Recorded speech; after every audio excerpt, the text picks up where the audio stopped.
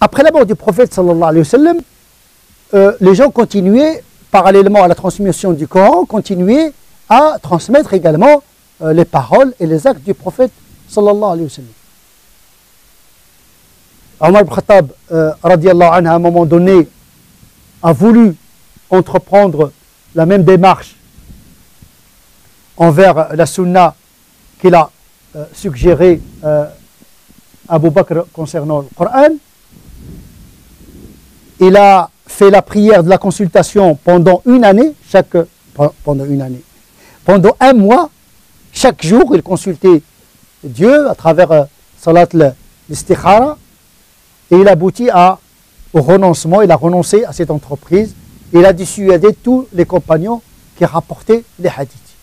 Il pourchassait Abu Huraira, il pourchassait tous les compagnons qui...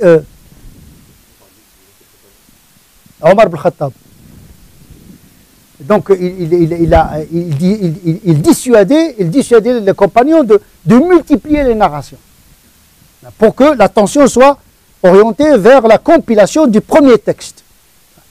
Donc dans notre esprit en tant que musulmans ici maintenant, il faut que mettre dans la tête, c'est d'abord le Coran.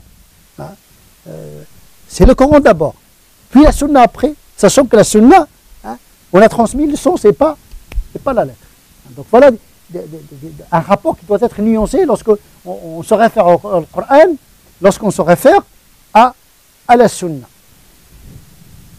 Sachant que le Coran mutawatir, alors que la plupart de la sunna ne l'est pas forcément. Le degré d'authenticité de la sunna est moindre que celui de l'authenticité du Coran. Donc, ni dans l'authenticité, ni dans la substance, le Coran, la sunna ne peut être l'équivalent du Coran. Donc il faut toujours lire la sunna à la lumière du Coran. Toujours. C'est le Coran qui doit guider avec ses principes l'interprétation de la sunna. Et pas l'inverse.